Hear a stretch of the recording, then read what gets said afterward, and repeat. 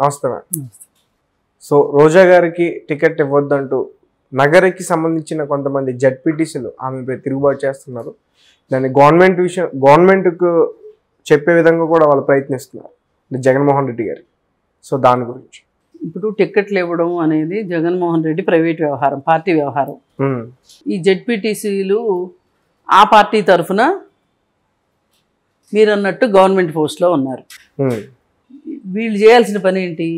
జెడ్పీటీసీలు అంటే వాళ్ళ ప్రభుత్వానికి సంబంధించి ఏమైనా నిధులు రావాల్సి ఉంటే అవి చూసుకోవటం, అవన్నీ చూసుకోవాలి మామూలుగా అయితే. కానీ ఇవాళ రాజకీయ పార్టీలు ఎట్లా అయిపోయినాయి అంటే, రాజకీయ పార్టీకి అధికారంలో ఉన్న వాళ్ళకి, అంటే అదే రాజకీయ పార్టీ తరఫున అధికారంలో ఉన్నప్పటికీ కూడా ప్రజలకు సేవలు అందించే విషయాల కంటే కూడా పార్టీకి సేవలు అందించే విషయంలోనే తలమునకలైపోయి ఉన్నారు. వీళ్ళందరూ ప్రజాప్రతినిధులు కదా. ఈ ప్రజాప్రతినిధుల పని ఏంటి?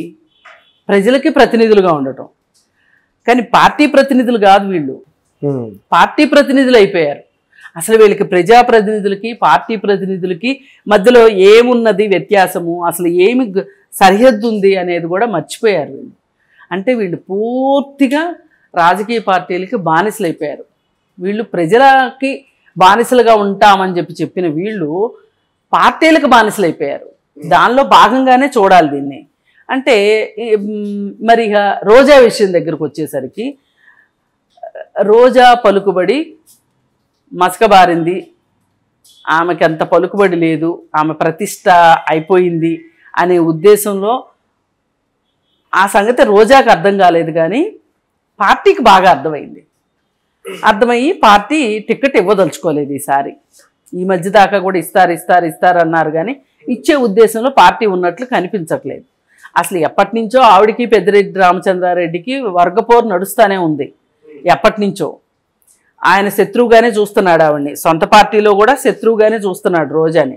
ఎప్పుడు సమయం వచ్చినప్పుడు చూద్దాము, తొక్కుదామని చెప్పి చూస్తూ ఉన్నాడు. ఆయనకి ఇప్పుడు ఎలక్షన్లప్పుడు సరైన సమయం వచ్చింది. అంతకుముందు కూడా కొంతమందిని తన వర్గం ప్రజల చేత ఆమెకి ఆ నియోజకవర్గంలో సహాయ నిరాకరణ కూడా చేపించాడు పెద్దిరెడ్డి రామచంద్రారెడ్డి. ఆ విషయాలు బయటకు వచ్చాయి, చాలా బయటకు వచ్చినాయి. పెద్దిరెడ్డి రామచంద్రారెడ్డి ఎందుకు చేశాడు ఆ పని? ఆయనకి పెద్దవాళ్ళ దగ్గర నుంచి ఆశీస్సులు ఉన్నాయి. పైన ఎంతైనా మగవాళ్ళు ఎక్కువ కలిసి ఉండడానికి అవకాశాలు ఉంటాయి. ఏ మందు పార్టీల్లోనో, ఎక్కడో ఏ పేకాట క్లబ్బుల్లోనో, ఎట్లయినా మగవాళ్ళకు ఉన్నంత మగవాళ్ళు రాసుకుని పూసుకుని తిరిగినంత మగవాళ్ళు తిరగలేరు కదా. అందుకని ఈ విషయంలో స్త్రీలకు అన్యాయమే జరుగుతూ ఉంటుంది. అంటే తాగే విషయంలో, పేకాడే విషయంలో అని కాదు, వాళ్ళ సమీకరణాలు వేరే జరుగుతూ ఉంటాయి. వీళ్ళ సమీకరణాలు చాలా పొదుపుగా ఉంటాయి వీళ్ళ సమీకరణాలు.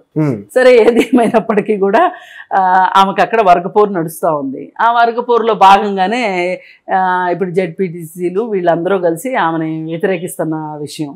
అంటే అందరూ కలిసి వద్దు అంటే కనుక ఆవిడికి టికెట్ రాకుండా పోతుంది. ఈ టికెట్ రాకుండా చేయడం వెనకమాల పెద్దిరెడ్డి రామచంద్రారెడ్డి ఉన్నాడు. పెద్దిరెడ్డి రామచంద్రారెడ్డి మాట జగన్మోహన్ రెడ్డి వింటాడు. పైగా ఈవిడ మాట్లాడిన బూతులకి, ఈవిడ మాట్లాడిన మాటలకి, ఈవిడ హావభావాలకి, ఈవిడ చేష్టలు అన్నిటికీ చూసి జనాలు కూడా మొహం మత్తిపోయి ఉన్నారు. అందుకని ఇప్పుడు కొత్త మనిషి ఎవరో, కొత్త ముఖం కావాలి. ఇక్కడ ఈవిడని చూసేశారు, అయిపోయింది. అందుకని కొత్త ముఖం కావాలి. కానీ నీకు టికెట్ ఇవ్వట్లేదమ్మా అని చెప్తే ఆవిడ ఊరుకుంటుందా? ఊరుకోదు. అందుకని వాళ్ళు వద్దంటున్నారు, వీళ్ళు వద్దంటున్నారు అని చెప్పి ఆవిడకి టికెట్ ఎగ్గొట్టడానికి ఇది ఒక పథకం రెడీ చేసుకున్నారు. అంటే ఒక్కొక్క నియోజకవర్గానికి సంబంధించి ఒక్కొక్క పథకం. ఇప్పుడు ఉన్న మనిషికి ఇవ్వాలి అంటే టికెట్ వేరే వాళ్ళు అడుగుతుంటే వాళ్ళకి ఎలా సర్ది చెప్పాలి? లేదు, ఈ ఉన్న మనిషికి టికెట్ ఇవ్వదలుచుకున్నప్పుడు వీళ్ళని పక్కన, అది రోజా కావచ్చు, ఇంకొకళ్ళు కావచ్చు, వీళ్ళని పక్కన పెట్టి వేరే వాళ్ళని తీసుకురావడానికి గల కారణాన్ని ఈ మనిషికి చెప్పాలి. అర్థమయ్యేటట్లు, అర్థం కానట్టు ఎట్టగొట్ట చెప్పాలి. ఆమె విన్నా వినకపోయినా. ఎందుకు ఇది? మళ్ళీ వీళ్ళు బయటికి వెళ్ళి వ్యతిరేకంగా చేయకుండా ఉండటం కోసం, మళ్ళీ వీళ్ళు రేపటి నుంచి కోఆపరేషన్ చేయకుండా ఉండటం కోసం. అంటే ఇవన్నీ కూడా ఏంటంటే టిక్కెట్లు ఆశించే ఆశావహులు చాలామంది, ఉండే టిక్కెట్లు పరిమితం. ఈ పరిమిత సంఖ్యలో ఉన్న సీట్లని అందరికీ పంచిపెట్టడం కుదరదు. కాబట్టి ఇప్పుడు నియోజకవర్గాన్ని మొక్క కత్తిరించడానికి కుదరదు కదా. నియోజకవర్గానికి పార్టీ తరఫున ఒకరికే బీఫామ్ ఇస్తారు, ఇద్దరికైతే ఇవ్వలేరు కదా.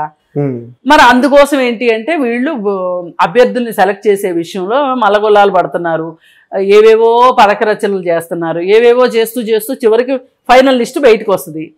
ఇప్పుడు ఆల్రెడీ ఇచ్చిన లిస్ట్ కూడా చివరి దాకా ఉంటుందా, రేపు ఎలక్షన్ల దాకా అంటానికి కూడా నమ్మకం లేదు, వీళ్ళలో కూడా మార్చొచ్చు. ఇప్పుడైతే ప్రస్తుతానికి ఈమెకి లిస్టులో స్థానం దక్కేటట్లు కనపడతల్లా.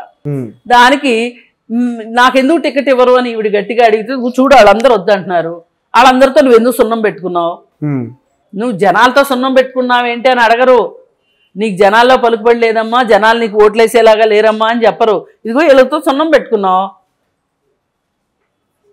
ఇదే చెప్తారు. అందుకని ఆమెకు టికెట్ వచ్చే అవకాశం లేనట్టుగా అనిపిస్తుంది. అందుకని ఈ జెడ్పీటీసీని తీసుకొచ్చి ఇంకొంచెం నాటకాన్ని రక్తి కట్టిస్తున్నారు అనమాట. పెద్ద చేస్తున్నారంటారా? అంతే, రక్తి కట్టిస్తున్నారు. అంటే గతంలో ఆమె కుప్పం నుంచి పోటీ చేస్తుంది చంద్రబాబు నాయుడు గారి పైన, ఇలాంటి వార్తలు కూడా బయటకు వచ్చాయి. అంటే ఇప్పుడు ఆమె ఎవరినంటే వాళ్ళని నోరేసుకుని పడగలదు.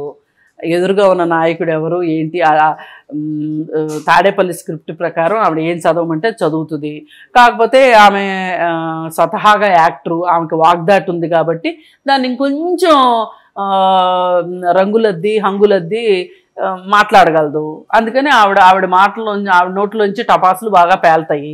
అందుకని ఆవిడ ఇన్ని రోజులు అందుకే వాడారు ఆవిడ్ని, నియోజకవర్గ అభివృద్ధి కోసం ఆవిడ వాడిందే ఇందుకు. అఫీషియల్ స్పోక్స్ పర్సన్ లాగా నీ ఇష్టం అమ్మ, ఎవరి మీద అంటే వాళ్ళ మీదకి వెళ్ళి మాట్లాడు అని ఆవిడని వదిలేశారు. ఇట్లా వైసీపీ పార్టీలో కొన్ని అచ్చోసిన ఆంబోతులు ఉంటాయి, అంటే ప్రతి పార్టీకి ఉంటాయి, వాళ్ళని ఒక్కళ్ళనే అన్నానని కాదు. కాకపోతే వీళ్ళు ఇంకొంచెం ఎక్కువ స్థాయిలో ఉన్నారు తప్పితే పై స్థాయిలో ఉన్నారని కానీ అన్ని పార్టీలకు ఉంటారు ఈ అచ్చోసిన ఆంబోతులు. ఇప్పుడు తెలుగుదేశం పార్టీ నుంచి వచ్చిన అచ్చోసిన ఆంబోతులుగా తయారు చేశారు వాళ్ళని. కొడాలి నాని కావచ్చు, వల్లభనేని వంశీ కావచ్చు, ఈ రోజా కావచ్చు, ఇంకొకళ్ళు నోరు తెరిస్తే వీళ్ళే మాట్లాడతారు. పైగా సొంత పార్టీలో ఉన్న అచ్చోసిన ఆంబోతులు కొన్ని ఉన్నాయి, అజోగ్ రమేష్ అని, అట్లాంటి వాళ్ళు. వీళ్ళందరూ విరుచుకుపడుతుంటారు రెండో వాళ్ళ మీద. ఎందుకు విరుచుకుపడుతున్నారో అసలు వాళ్ళకి కూడా గుర్తుంటుందో లేదో, ఏం మాట్లాడారో ఏంటో కూడా ఉండదు. ఇప్పుడు ఈ అచ్చోసిన ఆంబోతులకు కూడా సీట్లు ఉంటాయో ఉండవో కూడా తెలీదు. ఏది ఏమైనా వాళ్ళు ఇప్పుడు కొత్త మొహాలు కావాలి. ఒకవేళ అంటే అప్పుడు నగరిలో ఆమెను ఆపేస్తే ఆ ప్లేస్ లో ఎవరి నుంచే పెట్టే అవకాశం ఉంటుంది? వాళ్ళ అవకాశాలు వాళ్ళకు ఉంటాయి. పెద్దిరెడ్డి రామచంద్రారెడ్డి వర్గానికి సంబంధించిన మనిషిని ఎవరికో ఇస్తారు. ఒక నియోజకవర్గం తర్వాత అధికార పార్టీలో ఎంతమంది పోటీ పడతారు? అసలు అధికారం లేని పార్టీకి పోటీ పడుతుంటే, ఇప్పుడు రేపు పొద్దున కాంగ్రెస్ పార్టీ పోటీ చేస్తుంది అనుకోండి, ఖాళీ ఉంటుంది అనుకుంటున్నారు ఆఫీసు? ఉండదు. ఆశావాహులు ఉంటారు, గెలుస్తామా గెలమా తర్వాత అదృష్టాన్ని పరీక్షించుకున్న తర్వాత సంగతి ఏదైనా కానీ, ఓటమో గెలిపో. మీరు అన్నట్టుగానే టికెట్ ఇవ్వకపోతే రోజా గారు అక్కడ ఇండిపెండెంట్ గా పోటీ చేస్తే గెలుస్తారంటారా? ఛాన్స్ లేదా? జనాల్లోకి వెళ్తే కదండి, జనాలకి ఏమైనా చేస్తే కదండి. ఏం చేసిందని ఆవిడ గెలిపిస్తారు ఇండిపెండెంట్ గా పోటీ చేస్తే? చాలా చేసిన వాళ్ళని ఇండిపెండెంట్లుగా గెలిపించడమే చాలా కష్టం. ఇవాళ ఎలా ఉంది ఎలక్షన్ అంటే, ఒక్కొక్క నియోజకవర్గాన్ని ఎన్ని కోట్లు ఖర్చు పెడుతున్నారు. వాడి దగ్గర కోట్లు లేవంటారు. ఆమె దగ్గర అన్ని కోట్లు ఎక్కడి నుంచి వస్తాయి? పైగా గెలుస్తామో తెలియదు అనుకో. అంత తెలివి తక్కువదైతే రోజా అంత తెలివి తక్కువదని అనుకోను. ఇప్పటికి సర్దుకున్నదేదో సర్దుకున్నాము, శేష జీవితం హాయిగా గడిపేద్దాము, నా జబర్దస్త్ నాకు ఉండనే ఉంది, అవసరమైతే 4 సినిమాలు తీస్తాను అనుకుంటే తప్పితే ఆమె అన్ని ఆటపోట్లు చూసింది. ఇప్పుడు అంతలా ఉండి సినిమా ఇండస్ట్రీలో కొంతమంది వ్యక్తుల పైన విమర్శలు చేసింది, మళ్ళీ ఎలా వస్తుంది అంటారు సినిమా ఇండస్ట్రీకి? బ్రహ్మాండంగా వస్తారు.